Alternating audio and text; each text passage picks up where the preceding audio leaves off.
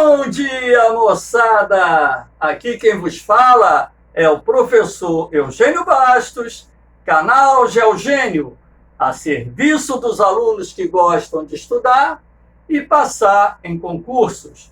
Moçada, vamos fortalecer o canal, vamos deixar aquele like, compartilhar a nossa aulinha, se inscrever no canal, enfim, ajude o professor Eugênio Bastos a democratizar o ensino da geografia. O tema da nossa aula de hoje será a formação da população brasileira. Temos aqui dados de 2015 do Instituto Brasileiro de Geografia e Estatística. Como vocês podem perceber, a população branca corresponde ao maior grupo étnico existente no Brasil, que, de acordo com o IBGE, era formada por 45,22% dos brasileiros.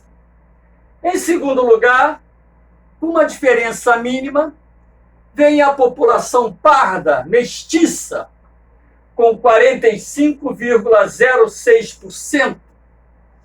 Os pretos vêm em terceiro lugar, com 8,8% da população brasileira. Os amarelos, com 0,47%. Os amarelos são constituídos por asiáticos. E, por último, os índios, correspondendo a 0,38% da população brasileira. Moçada, entendam bem. Esses dados são do IBGE, portanto, são dados oficiais. Às vezes, você assiste na televisão ou lê num jornal, numa revista, pessoas dizendo que a população brasileira é constituída predominantemente por pretos. Está errado. A maior parte da população brasileira, na verdade, é composta por pardos.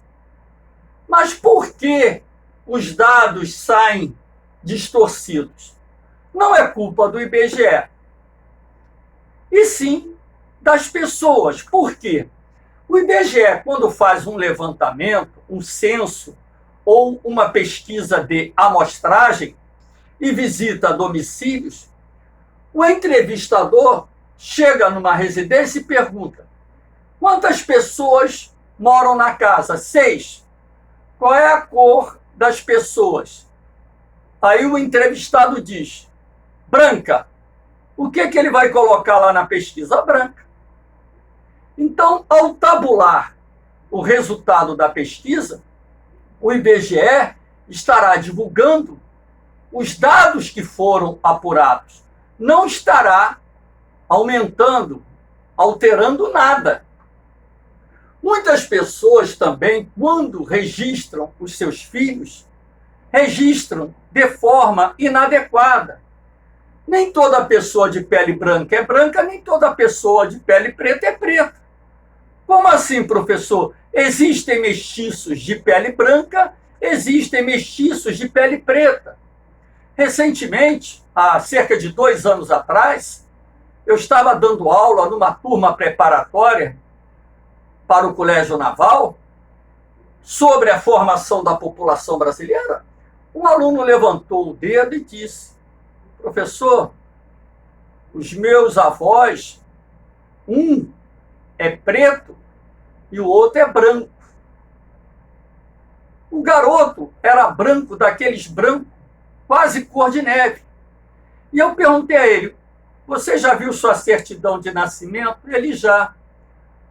O que vem lá? Que eu sou branco. Então ali você tem uma prova de um garoto que foi registrado erradamente como branco, quando na verdade ele é pardo. Então, até mesmo na hora de se fazer o registro, o funcionário do cartório não é obrigado a saber a cor da pele da criança. Quem forma é quem faz o registro, normalmente o pai.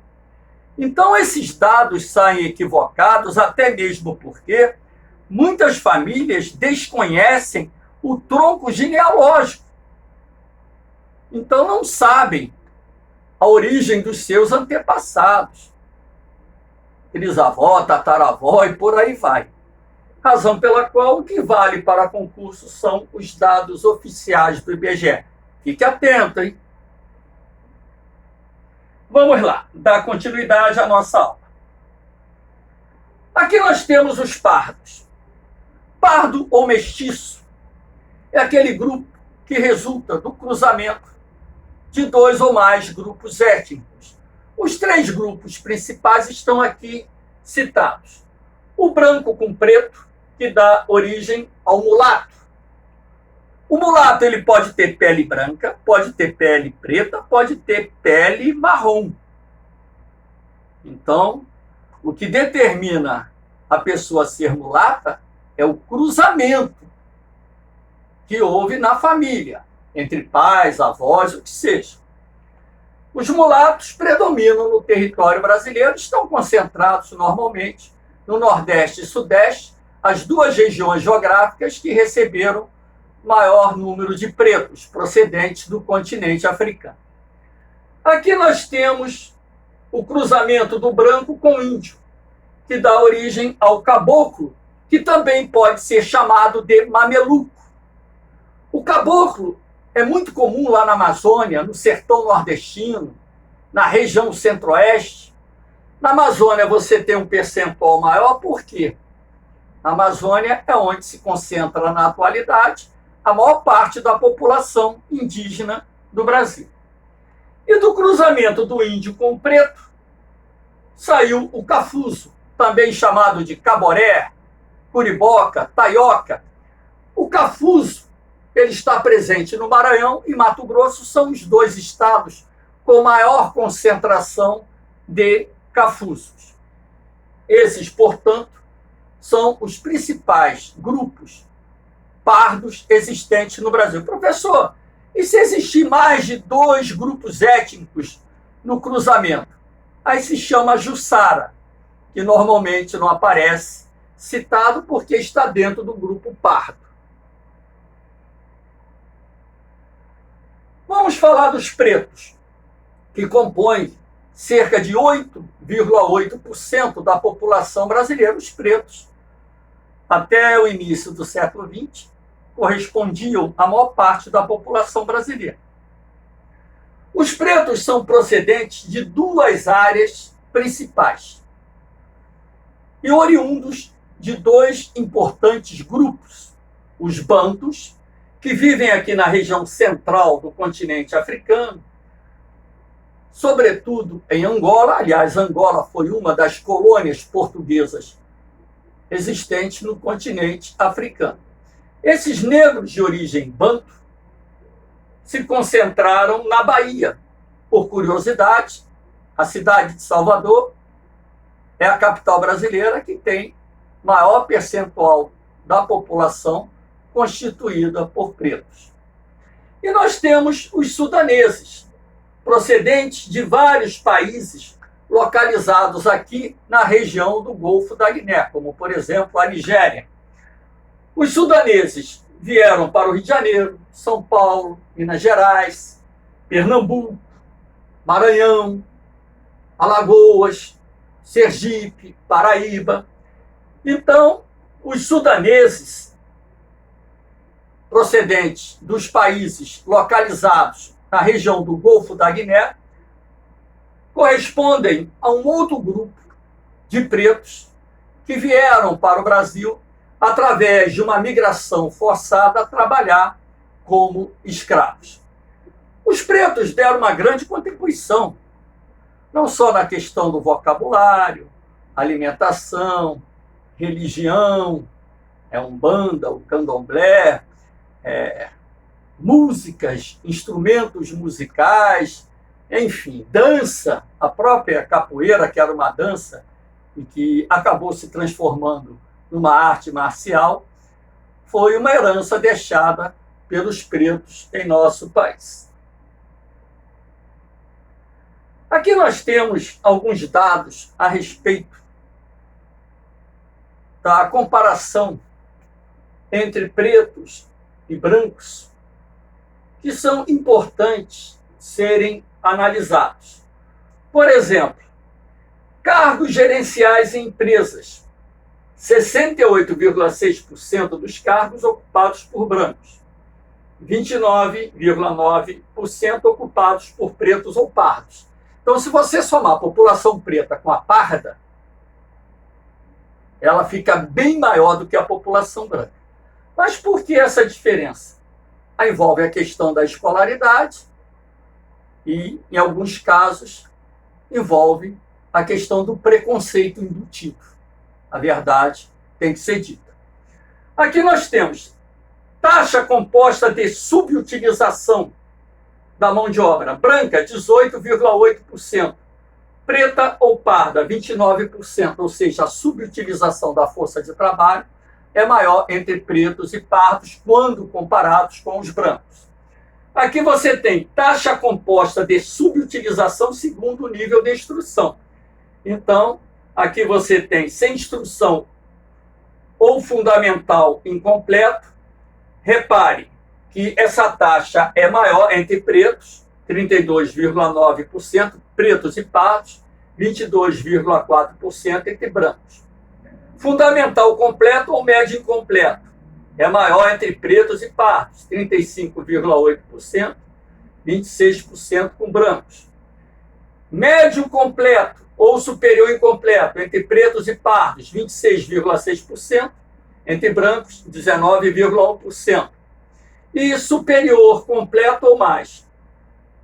A subutilização é maior entre pretos e pardos, 15%, 11,5% entre brancos. Aqui, ó, população na força de trabalho desocupada e subutilizada. Na força de trabalho, pretos e pardos, 54,9%. Brancos, 43,9%. Desocupada, brancos, 34,6%. Pretos e pardos, 64,2%. Subutilizada, brancos, 32,7%. Pretos e pardos, 66,1%. Aí você tem o rendimento médio real. Aí você vê a diferença. O rendimento médio real é maior entre os brancos, que tem um rendimento médio de R$ 2.796, na época em que a pesquisa foi apurada pelo IBGE, e enquanto que a população preta e parda tem um rendimento médio de R$ 1.608. Claro que essa diferença se deve também aos cargos ocupados. Os pretos e pardos normalmente ocupam cargos de menor qualificação profissional, onde os salários são mais baixos. Então, eu estou mostrando isso a vocês para que se tenha uma noção dessa diferença existente entre a população branca e a população preta e parda. Essa questão da escolaridade está intimamente relacionada ao fato dos negros terem sido escravos até o final do século XIX. E mesmo após a abolição da escravidão, o acesso à educação ficou muito restrito. Só mais recentemente, nas últimas décadas, é que houve uma ligeira melhoria, uma ligeira expansão do acesso de pretos e pardos nas universidades em nosso país. Aqui você tem a distribuição das pessoas que frequentam o ensino superior segundo a rede de ensino. A branca ou parda, 49,7%, a branca e outras. E a preta ou parda, 50,3%. Repare que hoje a população preta e parda somadas estão ocupando o maior percentual das vagas no ensino superior na rede pública. Na rede privada você tem o predomínio de brancos, porque aqui nesse caso as universidades são pagas e a maior parte da população preta e parda, por ter um poder aquisitivo mais baixo, não tem tanta condição de pagar uma universidade privada, mesmo a partir do momento que foi criado, esse crédito educativo que hoje é utilizado, o FIES, que é uma linha de financiamento para estudantes que estão cursando universidades em redes privadas, mas o FIES também é mais restritivo, podemos assim dizer, apesar de ter dado uma grande contribuição para o aumento da acessibilidade dos pretos e pardos às universidades privadas do país. Aqui nós temos o Atlas da Violência. Olha aqui, ó. A taxa de homicídio de negros, 40,2. A taxa de homicídios de não negro, 16. Então, isso quer dizer que há uma diferença muito grande também nessa questão entre a violência que envolve os pretos e a violência que envolve os não pretos. É um dado muito ruim, muito triste, porque isso acaba refletindo, de certa forma, a manutenção desse estereótipo racial, dessa discriminação, desse preconceito. Até mesmo porque nós temos que entender, em primeiro lugar, que o racismo é crime. Em segundo lugar, não existe ser humano superior ao seu semelhante. Deus criou o ser humano. Independentemente da sua cor de pele, somos todos iguais. Não tem grupo étnico superior. Todos somos iguais. Todos devem ser respeitados. Todos devem ser tratados igualmente em tudo, inclusive pela lei, sem qualquer tipo de discriminação. Eu sou branco. E a coisa que mais me revolta é a discriminação. Qualquer tipo de preconceito. Venha ser ele preconceito por cor de pele, venha ser por status social, condição econômica, venha ser por opção sexual da pessoa. Eu respeito o ser humano. Deus deu uma vida a cada um para nós cuidarmos da nossa vida e respeitar a vida do nosso semelhante. Aqui nós temos os índios. Eu falei que os índios correspondem ao menor grupo étnico. Hoje nós temos um pouquinho mais de 900 mil indígenas vivendo no Brasil. E esse mapa aqui retrata exatamente onde se concentra a maior parte da população indígena do país, na Amazônia. Repare que no Nordeste, Sudeste e Sul, e parte oriental do Centro-Oeste, as populações indígenas foram quase dizimadas. Estima-se que, quando os portugueses aqui chegaram, deveriam viver cerca de 5 milhões de índios no Brasil. Hoje nós temos um pouquinho mais de 900 mil. Então, os índios passaram por um processo de genocídio e de etnocídio. Os colonizadores mataram muitos índios. Os colonizadores também trouxeram doenças que dizimaram populações indígenas praticamente inteiras. Os colonizadores escravizaram os índios, enfim. E os índios até hoje continuam enfrentando inúmeros problemas. De acordo com a Constituição Federal de 1988, o índio é um ser relativamente capaz. Olha só que artigo discriminatório. Por que relativamente capaz? Que deve ser tutelado, protegido pelo Estado. O índio não é dono da terra, mas tem direito ao uso da terra e à exploração das suas riquezas. As terras ocupadas pelas nações indígenas pertencem à União, ao governo federal. Mas os índios têm direito a viver nas terras que ocupam e dessas terras retirarem os seus meios de subsistência. Os índios até hoje continuam enfrentando inúmeros problemas. A invasão das suas terras por parte de madeireiros, garimpeiros, grileiros. E muitas vezes essas invasões são acompanhadas de conflitos, onde lideranças indígenas e outros elementos das aldeias são covardemente assassinados. Aqui nós temos uma área de garimpo em terra indígena, lá na Amazônia, que é muito comum, e o governo vem até estimulando esse tipo de coisa, no meu ponto de vista, erradamente. Aqui você tem o desmatamento, a invasão da terra indígena, desmatando a área, não só para a exploração da madeira de lei de alto valor comercial, assim como a utilização dessa área para o plantio de pastagens e também o cultivo de grãos. Temos inúmeras áreas da Amazônia sendo ocupadas de forma ilegal por produtores rurais, estimulados pela grilagem de terras, lembrando que a grilagem é a falsificação de escrituras.